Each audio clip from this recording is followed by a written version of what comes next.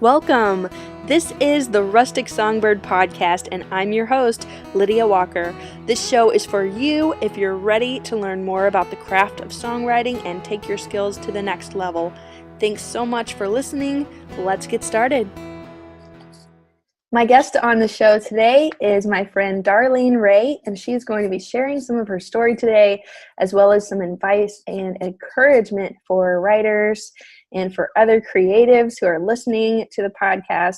Darlene is a good friend of mine, and we've connected through music online, and that's how we met. So it's kind of cool. We've been able to meet in person and actually sing together, and now Darlene is on the show to share some more of her story today. So I can't wait for you to get to know her. Darlene, welcome to the show. Thank you for having me. This is a pleasure. Well, I know you've been listening to the podcast, so you kind of know what we do on the show. I've been asking people for tips and advice for songwriters just to encourage each other and build that community, because I think it's so important to know that we're not alone and that there are many, many people out there that are trying to use their gifts and talents and put good music out there. And so this show is hopefully going to inspire a lot of people, and I can't wait to see what happens with it. It's still pretty new, but you've been listening to the show, so what do you think so far? Do you have like a favorite episode? I don't have a favorite episode so far. I think this might be it. This might be your favorite. If you take pieces and parts of each, from each person that you've had, I can't pinpoint anything specific, just something that they've said has been oh, I've really taken that into consideration. It's been really inspiring. So each person has said something that's kind of caught my attention to make me stop and think, well, they really thought about that, or they really took time to think about that, or they've really been through some stuff, because everybody has been through a lot and everybody has their own story. I agree, and I think I might do a compilation episode of some of those best quotes and tips and share that at some point, because I think there's so much good advice that's in each show, and so it's hard for me to pick a favorite too, but I thought I would ask just in case you had one that really stood out to you. But I totally agree. I would like to hear more about your story, because what's inspiring to me about you is that when something happens in your life that could have stopped you and you could have just given up, you keep going. And I think that's really inspiring to people, because like you said, life happens to everybody. We all have our ups and downs, and we have to learn how to overcome that and not let it stop us from continuing on with our dreams. So from your experience and your life so far, what do you think holds people back from going for their dreams? Honestly, the word no and the word can't is so powerful. I agree. Tell me what that's looked like in your life with hearing no's. Even more recently, someone told me that I wouldn't be successful, or I couldn't be successful, or maybe not right now. And it's just why would you even say that? Because I went to school for television production. It wasn't my first choice. I wanted to go to school, to be in radio. That was my first choice. And then along the way, I discovered, well, I don't really want to do radio, because by mistake, I was put in a music industry class, and that opened up so many new avenues that I didn't even know were out there. But the music industry is the hardest profession to get into.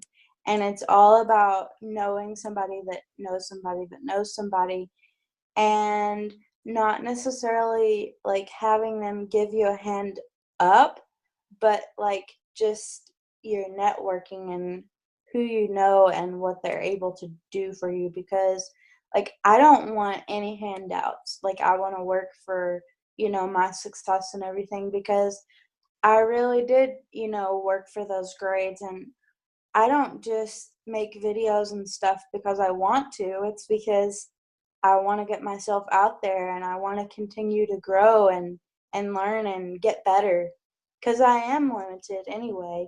But the more you do, the better you'll get. So, um, I don't know. It's just, I don't know. I'm just so passionate about the music industry, but it's going to be so hard to get in. And I'm just relying on God's plan and waiting on Him, because I'm not going to go out and grab something if I don't feel like it's it's what He wants me to do.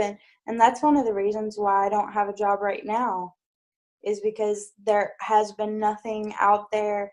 I've seen nothing that I'm interested in, and I'm just continuing to edit videos and do a lot of stuff for fun, but the more I do it, the better I get at it. Mm-hmm. Yeah, definitely. So you've started a production company where you're making videos. You've made a lyric video for me and recorded some live videos for me. And I think I that's want to do great. more of that. Yeah, it's so much fun. And it's a good way to capture something and create something new, like the lyric videos. It really adds to the listening experience. And so I think that's really cool that you're using your skills at video, but also being able to do things with music and just your passion for music that keeps you going, even though you might have negative feedback or people telling you that you can't do something. So what goes through your mind when you hear somebody say, no, you won't be able to do that, you can't do that? Like, do you have some kind of pep talk that you tell yourself, like, when you hear somebody say something negative? Well, I just kind of wanted to like set this up real quick, because there is a story for this. And because over the past year, because I was in a car accident last year, well, actually it's 2019, so this year it'll be 2 years in November. But I was coming home from a college basketball game. I was still in college at the time. I was in my last 11 days, and I was about to graduate. And I decided, it was very cold, and I decided to take a wrong turn and take the short way home and not use the crosswalk. And I didn't see this car coming. The car didn't see me. She was going too fast, and she hit me. And I went flying 20 feet and hit the pavement. But all that being said, you should just go with your gut, because my gut told me that night that I shouldn't have taken that turn, and I should have listened to my gut. But without this experience, I wouldn't have gained like the faith that I've gained and perceived a new aspect, like, because now I have post-traumatic stress disorder, and like dealing with that is a whole new thing in itself. And like when somebody says no or I can't, I feel absolutely worthless. I feel like I will never amount to anything. I'm never gonna, accomplish anything. I'm never gonna be successful. I will never get married. I will never have children. I just feel like a bottomless pit at that point. And it's like, you know what? I don't even care, because all this stuff I've done from day one, I've proved the doctors wrong. I wasn't even supposed to live past 24 hours, because I'm a twin. My sister and I were born 3 months premature, and we were not supposed to live 24 hours, 48 hours, or even 72 hours after our birth. But God had a plan for us, and He allowed my sister to live 4.5 years, and I lived after that. And I think that's one of the reasons why He blessed my mother with 2 children instead of 1, because He knew what was going to happen at that time and place. And that's one of the things that I have to tell my mom often is, yeah, God decided to take your child, And that's a terrible thing. No one should have to bury a child. And I don't know what that's like, but I've been in it and through it as a sibling, and having to watch my mother go through it. So I kind of know what it's like from this side of the equation. And so I'm just saying that to say that, God had a plan from the very beginning. So he gave you two children, and that's why I'm here, to fulfill out, his plan and his purpose. And I have a guardian angel. I have many guardian angels.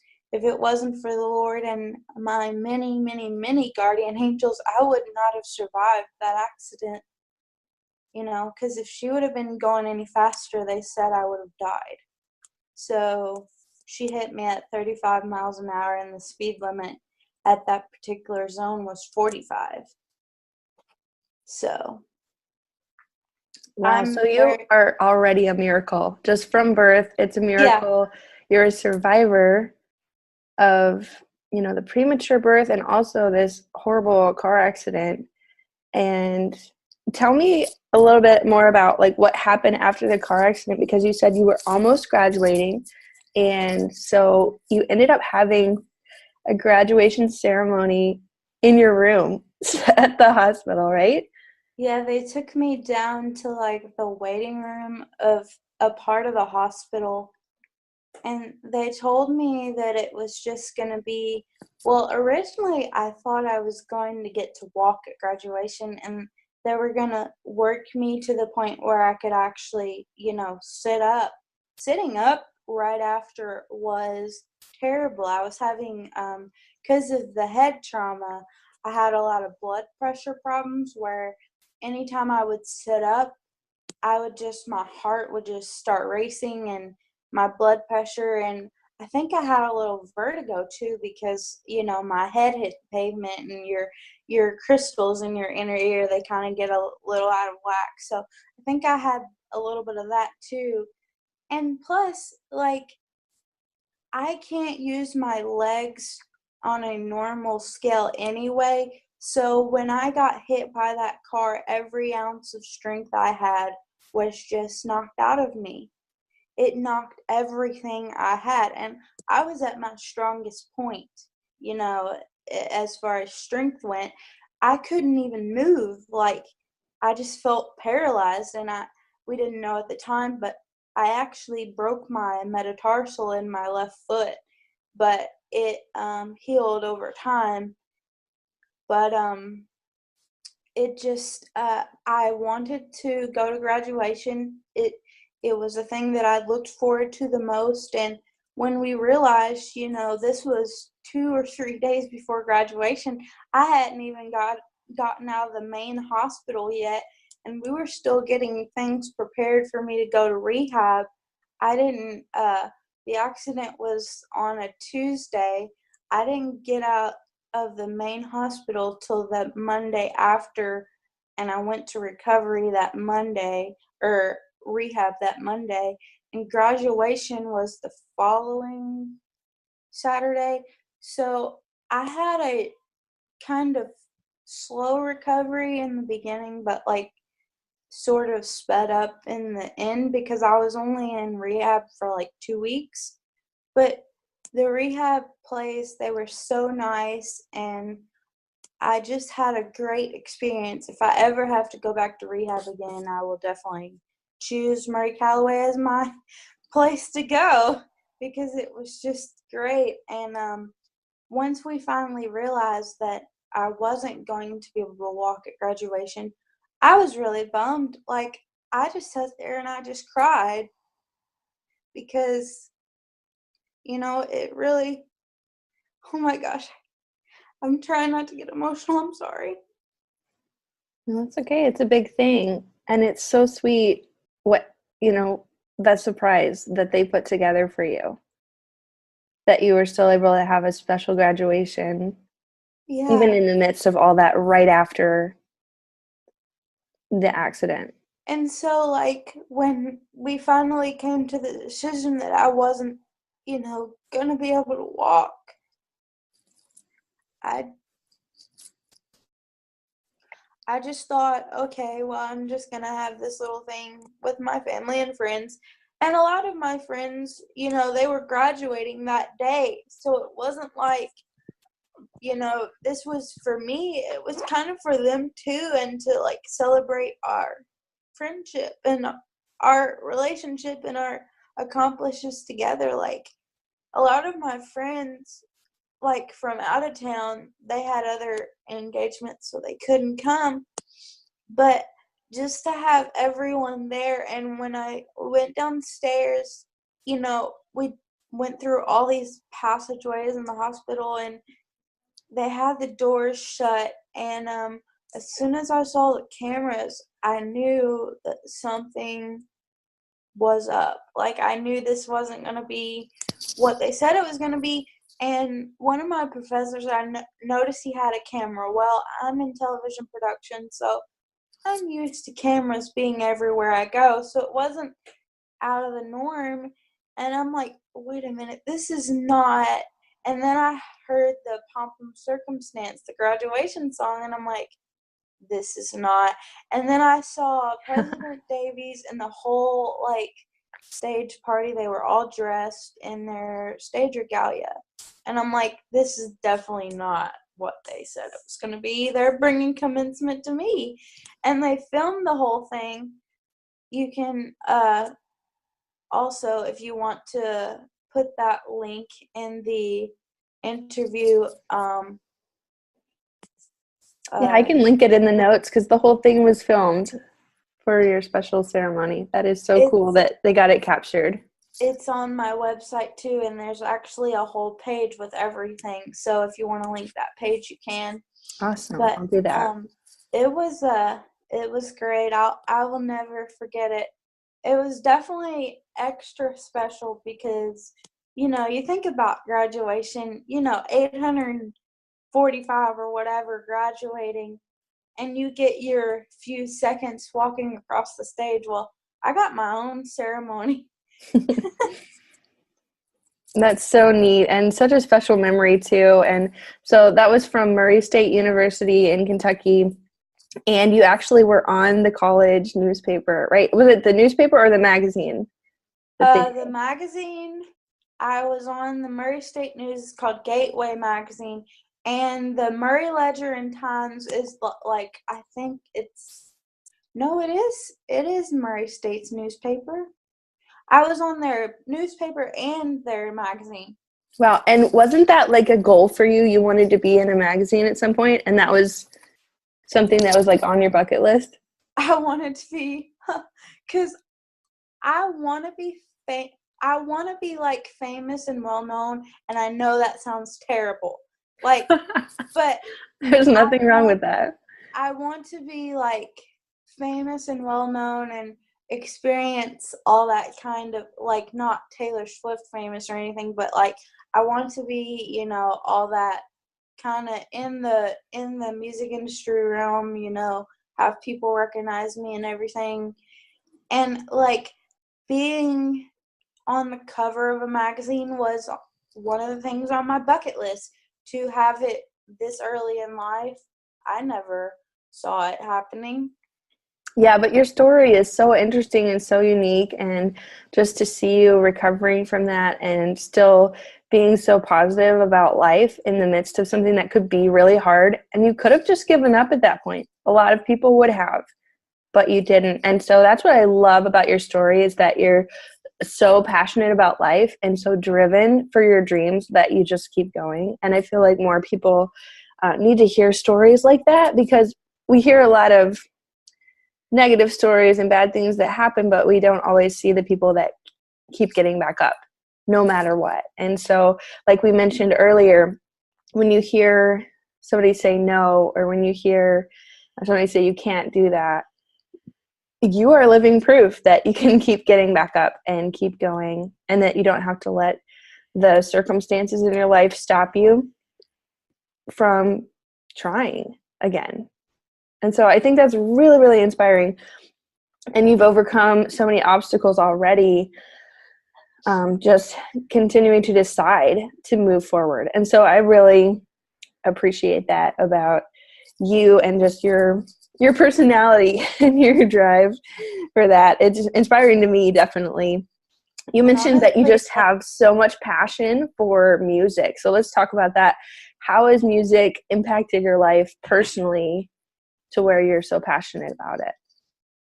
relating to like my current like situation, like I didn't listen to music for 12 days until after the accident. I didn't even know like if I would be able to sing, if I could sing again, if I would remember anything that I was ever taught.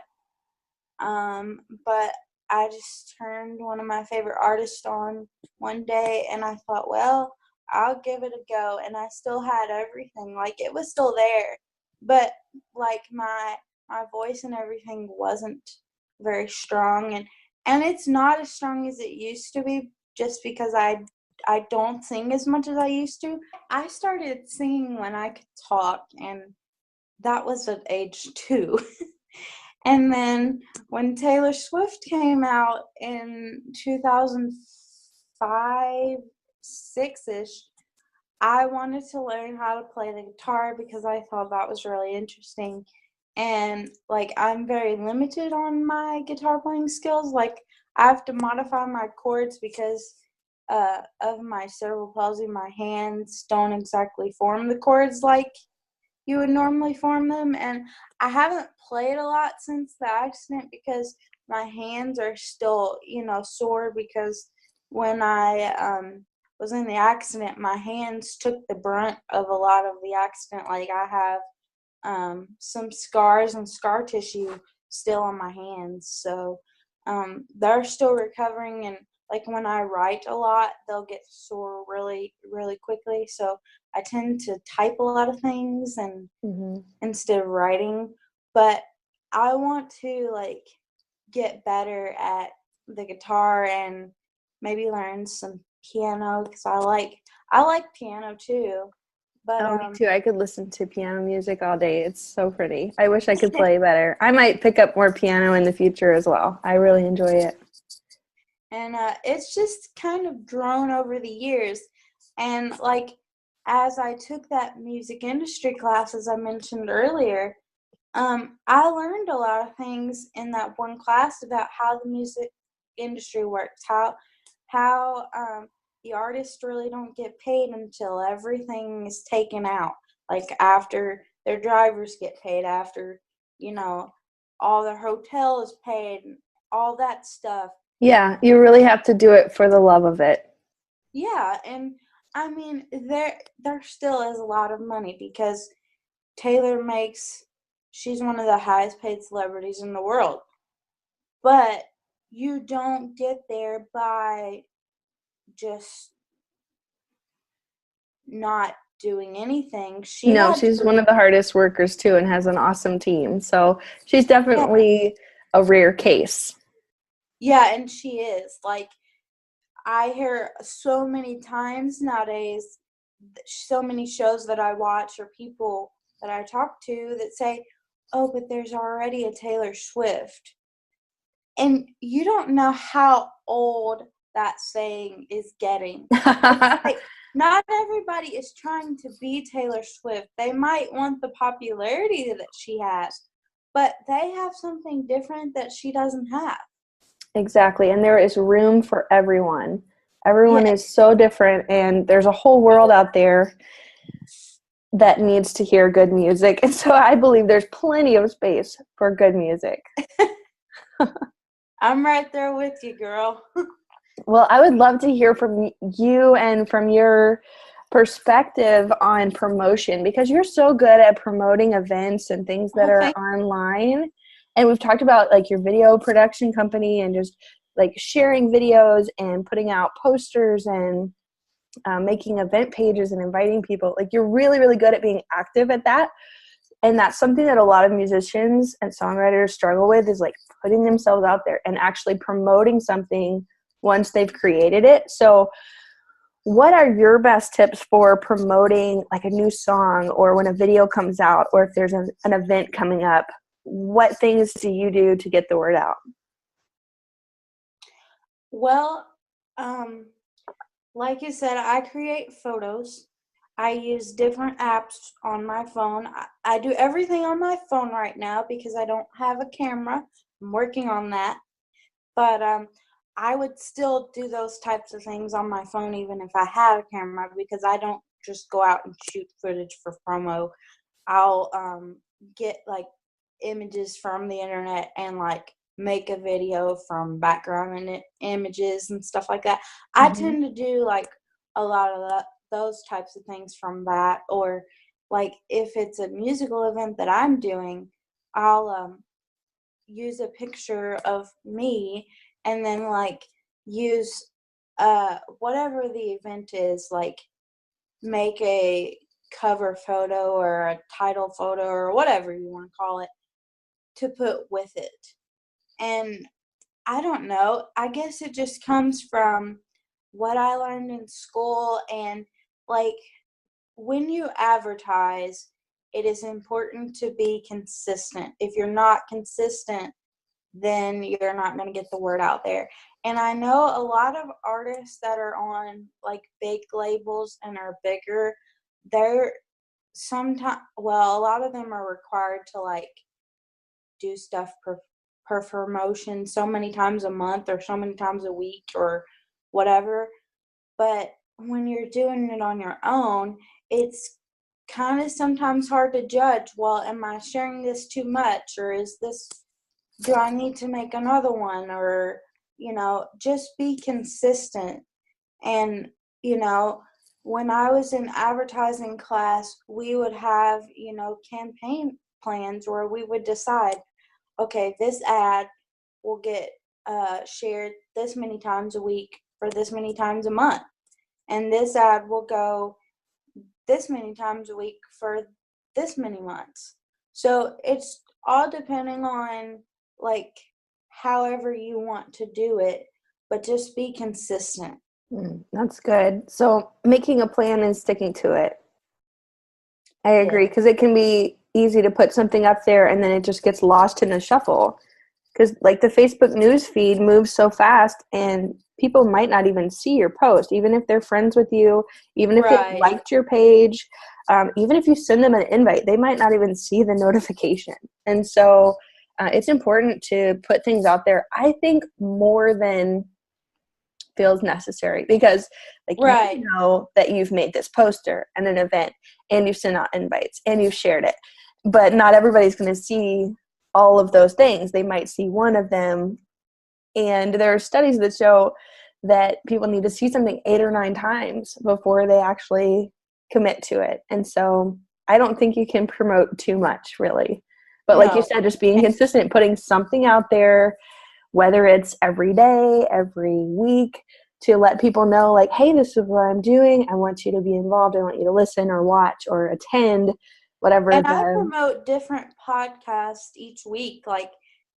just to let you in on a little secret, in 2019, you're one of the podcasts that I'm going to promote every week. Oh, thank you so much. So, Yeah, I can't wait to get it out there to more people, because I feel like there's so much good stuff already in these interviews with friends of mine, and I'm excited to share your story as well. So I think that's I really cool. listen You're to, such a good friend, but also you're such a good promoter, that you do yes. promote things that you believe in and that you enjoy. So I Oh, like that yeah. about you. Yeah. I definitely, like, there's podcasts. Like, I have a radio friend in Nashville. She started the whole women don't want to hear women, and changing that into women wanting to hear women, kind of supporting women in country music, supporting each other. And that's been one of my favorite podcasts. So I promote that every week, and I'll take her image, the logo that she uses, and I'll kind of personalize it and put the artist name that it features every week. And I do that with a couple of my podcasts. That's so I cool. What a neat idea. Yeah, and I do that like whatever the title is or artist. if I listen to it on a weekly basis, I'll use their image and put the title or the artist. So whenever I start promoting your podcast, which will be this one, I will kind of personalize it. Well, I don't know about this one because this one's me, but whenever I do it, I'll kind of personalize it. That's so neat. I think those are some great ideas for our listeners and people that are trying to get their music out there, because it's a little nerve-wracking putting your own picture and your own stuff out there, like, look at me. But if you don't promote it and share it, then people won't know about it. Who else is going to hear it? Exactly. And people want to hear what you're doing and to see what's going on. So I think that's some really good tips for today. Before we wrap up, what encouragement do you have for artists and writers that are listening that may have encountered obstacles in their life and feel like, they're just always trying, but, hitting a brick wall, or always hearing no's, or, just haven't seen success yet? What would you say to them about keeping on moving forward? Well, speaking of having not seen success yet, I haven't seen success yet either. I just graduated college last year, and I don't have a job yet. But I'm not letting that stop me. I'm keeping going and trusting that God has a plan and hoping that He will provide something this year. The accident I had, it really knocked me down to the lowest point in my life, and I'm having to learn to cope with new things. And some of you might be going through the same thing too, about with coping with new things in your life, whether it be marriage, divorce, new kids, adding a child, going from a family of 2 or 3 to a family of 4. Yeah, it's a big adjustment. That's where I'm at. So it just depends. Like, you just have to kind of go with the flow and trust that God is going to deliver. And don't let the word no stop you, because no or can't are 2 of the biggest words. Don't let those 2 words stop you, because they will. And it's sort of like the devil trying to get in there and trying to mess with your mind. And in my current state, dealing with depression and PTSD, it's really hard because the devil is trying to do everything he can to get me down, because he already knows I'm in that hole. And I have days where I feel really good and I feel like I could conquer the world, but there are days that I don't feel like doing anything. So, it just depends. You have to learn what your new normal is, and learn to adjust to life as it comes. And don't take no or can't for an answer. Keep moving and trusting in God's plan. Wow, that is such good advice. And I appreciate you sharing your story today, because I think it will inspire those that are listening. So thanks for being willing to open up and really share what you've learned from that experience. I know that you're just getting stronger from it. And so it takes time to heal and to process and everything, but I think you're doing amazing. And I appreciate you being a part of the show today. I did want to tell everybody about your website. So everyone that's listening can connect to Darlene with her website. And from the website, you can find all of the links to social media for her Facebook page and other pages online. But the hub is her website. So Darlene's website is DarleneRaye.wordpress.com. And that's Darlene. Raye is spelled R-A-Y-E. DarleneRaye.wordpress.com. I will also link that in the notes for the show. So definitely find her on Facebook, get connected to see what she's doing, and send her a thank you note for being on the show. This has been so fun, and I appreciate your time today. Thank you for having me. It's been great. If you enjoyed this episode, be sure to subscribe, rate, and review this podcast and share it with a fellow writer. Thank you so much for listening. I'll talk to you in the next episode.